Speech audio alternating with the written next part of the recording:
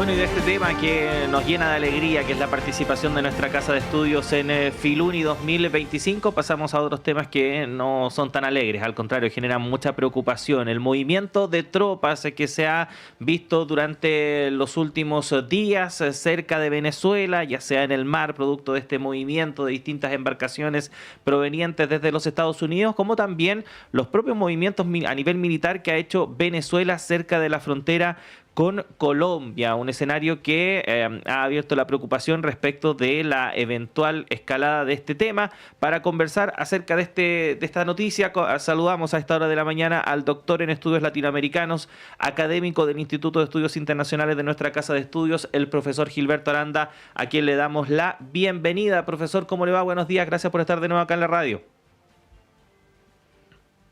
Está muteado, profesor. Sí, estaba muteado al parecer, profesor. Sí, Ahí es sí, cierto, ahí sí. Muy buenos días, un placer estar con usted y por supuesto saludando a quienes nos escuchan. Buen día. Buenos días, profesor. Es complejo lo que está ocurriendo en torno a Venezuela. Para quien a lo mejor se está conectando a esta hora de la mañana y está un poco desenchufado respecto a toda la situación, ¿cómo podemos explicársela? Porque son distintos focos que están apareciendo y que van configurando un escenario bastante incierto.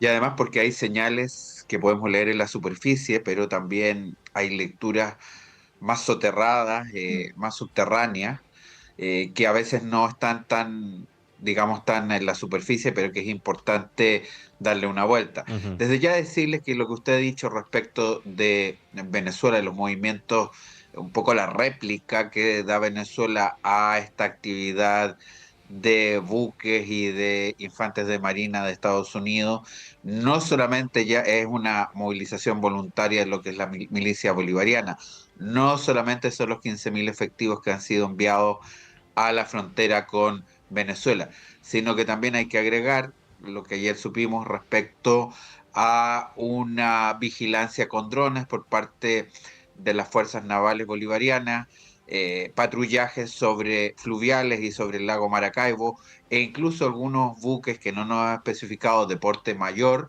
que van a desplegarse en aguas territoriales, lo que también podría significar un, una cierta proximidad con los buques, con los destructores y otro tipo de navíos que tiene Estados Unidos en el área. Entonces, claramente es una actividad preocupante y yo lo primero que tendría que decir es que Estados Unidos nos declara que esto es la guerra contra el narcotráfico y es probable que haya una parte importante en eso, pero además está todo el tema de ver la posibilidad de movimientos internos, de una disidencia que se active un poco de cara a un cambio de régimen que ha sido tan esquivo, más que esquivo, ha sido evitado de las distintas formas por un gobierno autoritario, por una dictadura en Venezuela. Y Venezuela, por su parte, también despliega como una señal a esto, efectivos incluso en la frontera con Colombia, lo que por una parte es una estadounidense es un tema que surge en las calles de Venezuela entre bromas y preocupación, pero exponen la siguiente opinión también en la DW diciendo que se ve lejano ese escenario. Creo que lo que estamos viendo representa un intento de crear ansiedad en las esferas del gobierno y obligar a Maduro a negociar algo. Es parte de lo que dice el analista Phil Gonson de el Crisis Group y lo dice la DW. ¿Qué hay detrás de esto de parte de Estados Unidos? Quizás presión también a, no sé, Rusia, China. ¿Qué hay detrás de esto? Bueno, desde luego decir que con 4.500 marinos y 2.200 infantes de marina, una invasión de carácter, podríamos así decir, una operación anfibia, no es tan clara. La verdad es que a mí me parece más bien una señal potente que por una parte da a Estados Unidos de cara a su propia opinión pública doméstica, que decirle, estamos haciendo estamos tomando acciones concretas contra el narcotráfico y al mismo tiempo, lo que usted dice que es de alguna manera sembrar un cierto nerviosismo que articulado con lo que se espera alguna oposición, obligue, presione a Maduro a algún tipo de negociación. Por lo tanto, yo diría que tiene una doble faz, una de cara a su opinión pública doméstica, pero también respecto a eh, lograr algo respecto del gobierno venezolano. Hay que decir que este despliegue probablemente se tocó en Alaska, así que tan de Mm. sorpresa para Rusia yo pienso que no es. Yo apostaría que algo de esto se dijo. Han habido reacciones de lo que es el Ministerio de Relaciones Exteriores ruso, Lavrov, eh, que han sido reacciones yo creo que bastante comedidas respecto a colocarse de parte de Venezuela, pero sin grandes aspavientos ni estridencias. Por lo tanto, yo diría que de alguna manera este papel más de mediador que de respaldador, más que de respaldo de Ucrania, más bien yo lo diría como una transacción, ¿no? Soy mediador, voy a dar mis buenos oficios en este tema. Europa es el principal interesado en el tema Ucrania, pero esta área, el Caribe, pues la verdad es que la controlo desde 1898 y preferiría que me dejaran actuar. Creo que Mm. también, por cierto, en ese sentido, hay un mensaje a algunas potencias como Rusia. Sí, precisamente respecto de eso le iba a preguntar, profesor, acerca de, por así decirlo, el colchón a nivel diplomático internacional que podría tener Venezuela para hacer frente a esta situación, porque hasta ahora la única reacción, podríamos decir, más importante ha provenido de Colombia, pero ha habido, como usted dice, o reacciones muy comedidas o silencio directamente en otros países. ¿Cómo ve el escenario en ese sentido respecto de que, bueno, ya sabemos que por todo lo que ha ocurrido en Venezuela en el último tiempo, cada vez tiene menos amigos, por así decirlo, pero efectivamente pareciera estar bastante huérfano Maduro en ese sentido. Bueno, yo diría que después de un finales de 2024, ya el año pasado, donde Maduro parecía haber logrado sus objetivos de sobrevivir y quedarse y anquilosarse en el poder después de estas elecciones absolutamente fraudulentas que hubo, más que las elecciones, el resultado en Venezuela. Y lo estoy diciendo sobre la base que, bueno, como sabemos, nunca se terminaron de mostrar las actas, algo que se ha dicho en todos los tonos. Mm. Después de eso parecía que además una situación internacional donde hay demanda de petróleo podía ser mejor para Maduro. Bueno, eso efectivamente fue durante un tiempo, incluso diría que el primer trimestre de este año. Recordémosles además a los y las auditores que Estados Unidos también da algunas señales en distintos sentidos. Entonces, no es fácil leer al gobierno de Trump. Ahí se nota en ese sentido que hay distintas fuerzas que pugnan en su interior. Chevron, la petrolífera que opera con licencia de Estados Unidos en Venezuela, envía petróleo hacia Estados Unidos. Entonces, uno diría, este fue un buen momento. Y sin embargo, tal como usted dice, pareciera ser que estos últimos meses ha ido cambiando esa suerte o esa dinámica política, y hoy día yo no diría que está solo, pero hay menos voces que le respaldan.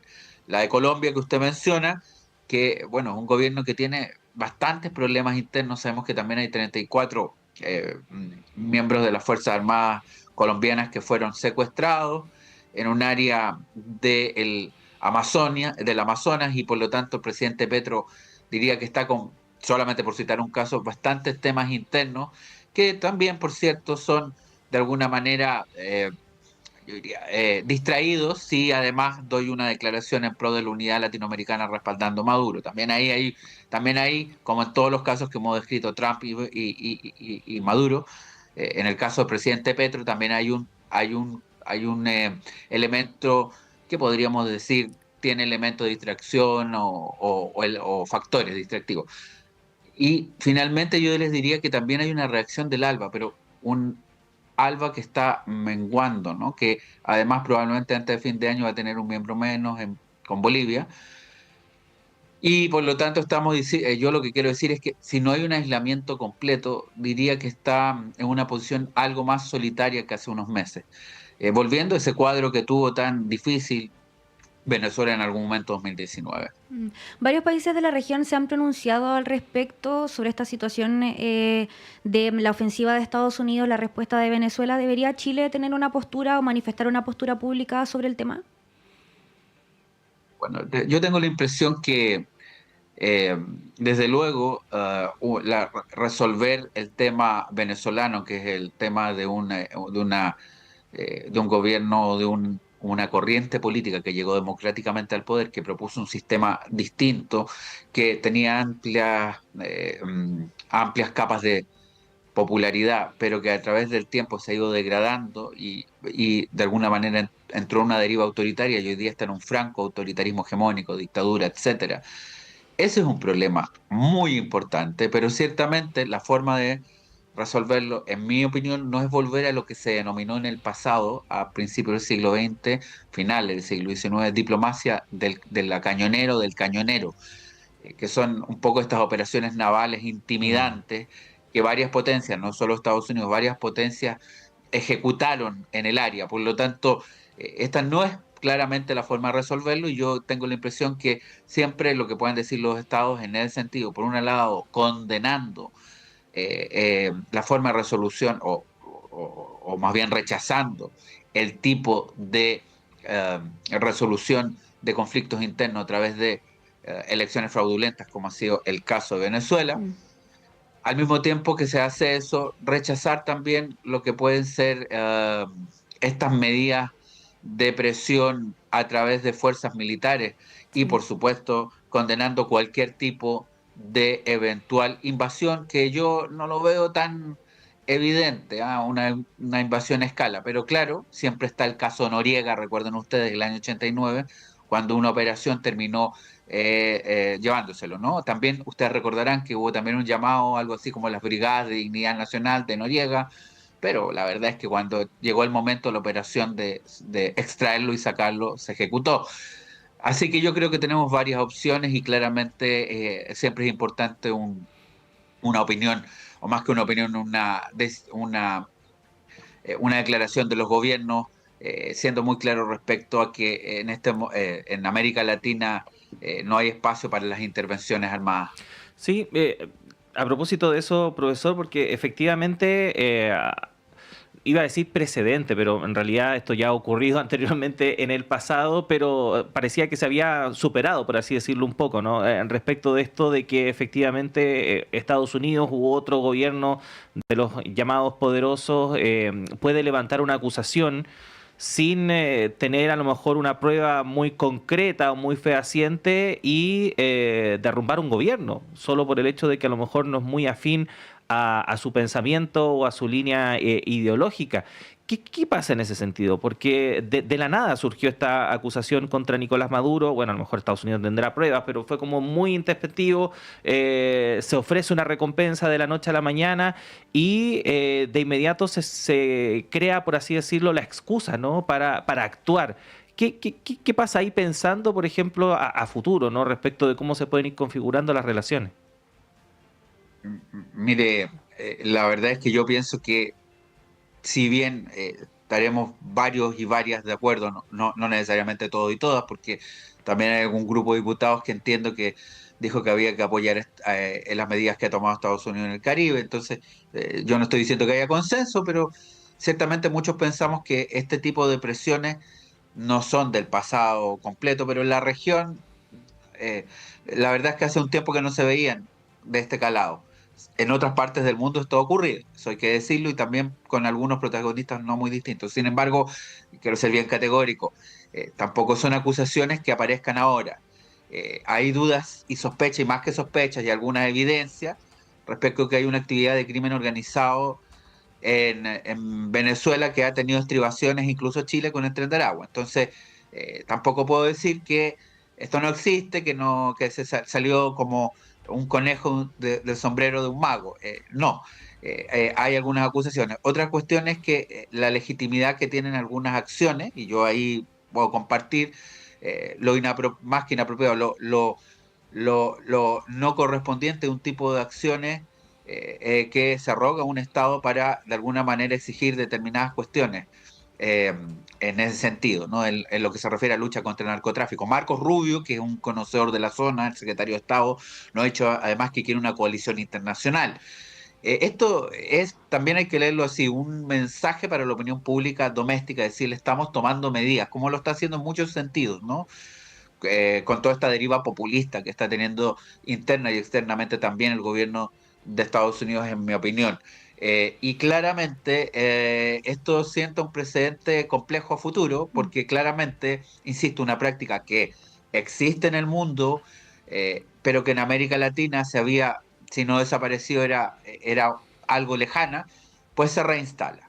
Que es la diplomacia del cañonero, como decía, Mm. la presión para obtener ciertos resultados con demostración de fuerza, con exhibición de músculo, y vamos a ver qué ocurre. Claramente esto pasa además en un gobierno que, insisto, eh, eh, además de estas sospechas que yo he dicho, más que sospechas, está instalado en el poder y de manera inamovible. Ahora, la manera de provocar un cambio es esa, desde luego que no. Eso estoy Ujú. completamente de acuerdo, que no es la forma de propiciar el cambio. Mm. Y claramente me imagino que esta exhibición de músculo también está en compás de espera respecto a qué pueda pasar internamente con las fuerzas políticas muy esmirriadas o de oposición, ¿no?, en Profesor, Venezuela. nos queda un minutito, de hecho ya nos pasamos, pero no me quiero quedar sin preguntarle a ver si se puede referir brevemente a la investigación de corrupción en el gobierno de Milei, ya que lo tenemos acá, si nos puede dar un comentario breve al respecto. Sí, bueno, sobre eso decir que esto es lo que pasa muchas veces cuando los mesías llegan los mesías que hemos tenido diferente talante, ¿no? De izquierda y derecha. Bueno, también hablando de Venezuela, estos mesías que llegaron con el mismo Maduro, ¿no? Bueno, el caso argentino en un sentido completamente distinto, en la antípoda, la promesa de luchar contra la corrupción empieza de alguna manera, a nublarse con este caso que no está aprobado, hay que ser muy claro, pero sí suscita algunas dudas respecto a la hermana del presidente, Karina Milei, a quien apoda afectuosamente la jefa, Mm.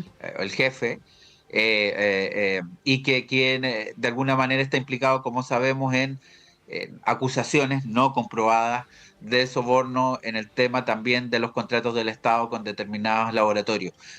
Simplemente decirles que esto ocurre en un momento en que pareciera ser además que la inflación, los beneficios de la inflación detenida empieza ya a tener menos frutos, hay cierto cansancio y la prueba de fuego va a ser la elección a puertas en un tiempo más, donde van a llegar varios tocados, ¿no? No solamente el oficialismo, sino que definitivamente el kirchnerismo, que yo Mm. siento que está en su dirección no renovado, y claramente esto puede mermar lo que puede ser el triunfo de Milei, que yo creo que podría ganar, pero no con un margen como él espera, ¿no? Sigue teniendo un 30-35%, puede llegar a un 40%, quién sabe, de adherentes que están dispuestos a seguirle a cualquier parte. Lo que ocurre son los otros, ¿no? Los que le apoyaron más bien circunstancialmente, los partidarios de Macri o de otros sectores Mm. que tienen dudas frente a esto. Entonces, Ujú. esto claramente va a repercutir en las elecciones de medio término que se avecinan y puede significar que el triunfo completo, absoluto, aplanadora que esperaba el presidente cambie a un triunfo más bien comedido, más bien eh, no tan estridente. Profesor Gilberto Aranda, queremos agradecer el tiempo que siempre nos entrega y si usted a lo mejor se quedó con ganas de profundizar en estos y otros temas, no olvide que todos los martes a las 16 horas La Vuelta al Mundo con el profesor Gilberto Aranda y otros académicos y académicas del Instituto de Estudios Internacionales para analizar la actualidad internacional. Profesor, que esté muy bien, lo esperamos pronto. Muchas gracias y muy buenos días. Buen día, profesor. 8:33. Hacemos una pausa en esta primera edición de Radio Análisis, pero siga junto a nosotros y nosotras. Ya llega Montserrat Rolano para encabezar el panel de conversación habitual y Connie y nosotros nos reencontramos ya mañana miércoles. Que tenga muy buen día.